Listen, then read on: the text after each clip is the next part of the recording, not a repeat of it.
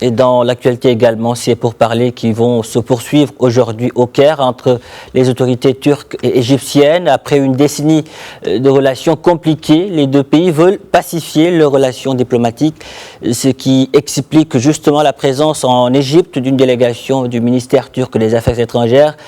Mais selon plusieurs experts, la méfiance entre ces deux pays reste profonde. Qu'en pense Jean-François Pérouse, enseignant-chercheur sur la Turquie contemporaine? Ensemble, écoutons son analyse. Le pouvoir turc est un peu acculé et que sa politique étrangère piétine. Ça, c'est tout à fait caractéristique du pragmatisme, notamment du président de la République. On change de fusil d'épaule comme ça.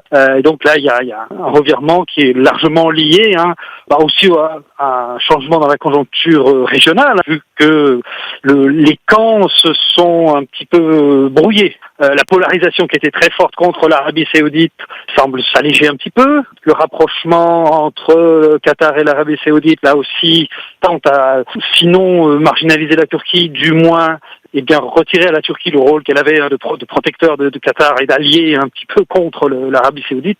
Et puis aussi donc cet essoufflement, c'est-à-dire que la stratégie d'opposition systématique à un grand pays comme un grand pays arabe qui compte et qui pèse démographiquement, c'est une stratégie qui a ses limites, quoi.